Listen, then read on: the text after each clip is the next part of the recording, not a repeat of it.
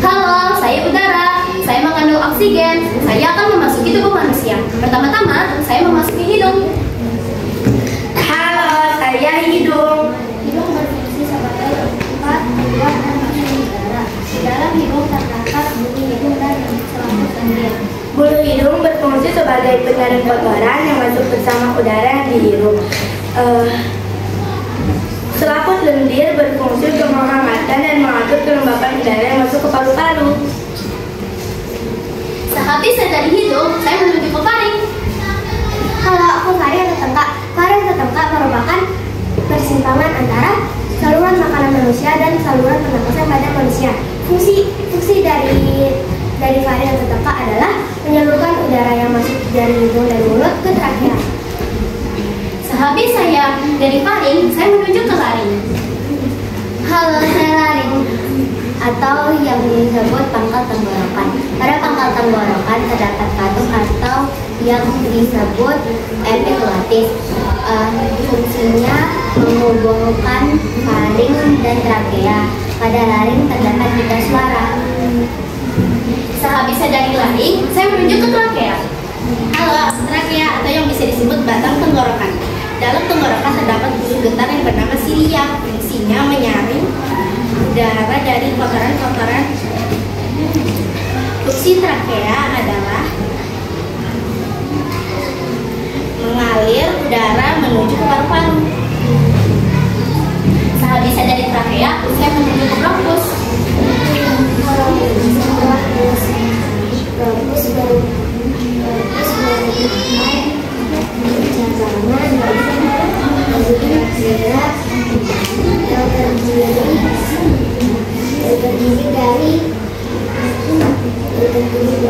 Yang terdiri dari bronkus kiri dan bronkus kanan. Fungsinya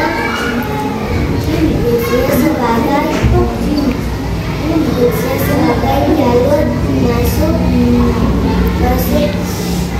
udara dan paru-paru.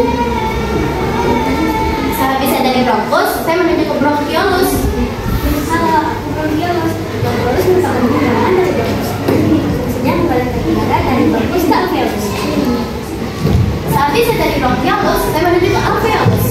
Halo, nama saya alveolus. Pada alveolus biasanya terjadi pertukaran oksigen dan karbon dioksida. Sekarang saya sudah di paru-paru. Paru-paru adalah organ utama pernapasan manusia. Paru-paru manusia berjumlah dua. Paru-paru kanan terdiri 3 gelambir dan paru-paru kiri terdiri 2 gelambir. Paru-paru dibungkus oleh selaput paru-paru atau bisa disebut dengan pleura.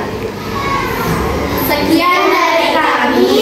Wassalam. Kami akan memperagakan tentang organ pencernaan pada manusia. Halo, aku makanan. Aku akan masuk ke tubuh manusia. Pertama-tama aku akan masuk ke mulut. Hai, aku mulut. Aku berfungsi mencerna makanan secara mekanik dan kimiawi. Pencernaan secara mekanik biasanya dilakukan oleh gigi dan lidah, sedangkan pencernaan secara kimiawi dilakukan oleh enzim pelitalin yang terkandung dalam air liur manusia. Setelah aku ke mulut, aku akan menuju ke kerongkongan. Hai, aku kerongkongan. Aku akan berfungsi menghubungkan lubang mulut dengan lambung. Pada kerongkongan ada gerakan yaitu gerakan kelas pelabur. Gerakan yaitu gerakan melemas atau mendorong makanan masuk ke lambung. Setelah aku ke kerongkongan, aku akan menuju ke lambung. Hai, aku lambung. Terjadi pencernaan mekanis dan kimiawi. Pencernaan mekanis dilakukan oleh dinding atau otot lambung yang mengemas dan mengaduk makanan. Pencernaan kimiawi dilakukan oleh getah lambung. Getah lambung mengandung 3 enzim. Pertama, pepsin. Pepsin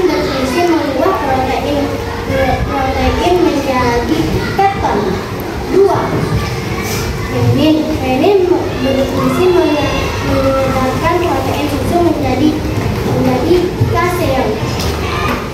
3. Asam folik atau HCl berfungsi menyampaikan makanan dan membunuh kuman yang masuk bersama dengan makanan. Setelah aku lambung, aku akan menuju ke usus halus. Hai, kami usus halus.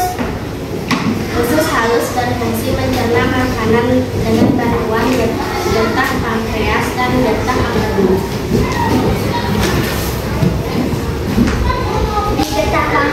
Getah pankreas mengandung 3 enzim. Yang pertama ada enzim amilase. Enzim amilase berfungsi mengubah zat tepung menjadi zat gula. Yang kedua ada enzim tripsin.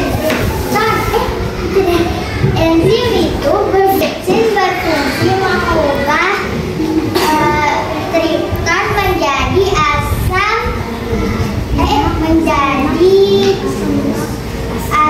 amino. Yang ketiga ada enzim lipase. Di enzim lipase berfungsi mengubah lemak menjadi asam lemak dan gliserol. Setelah ke usus halus, aku akan menuju ke usus besar. Hai, usus besar. Usus besar berfungsi menyerap cairan dan barang-barang dari makanan. Pada usus besar terdapat bakteri E. coli yang membantu proses pembusukan sisa makanan. Tepung adalah ujung usus besar yang berfungsi sebagai penyimpanan Setelah ke usus besar, aku menuju ke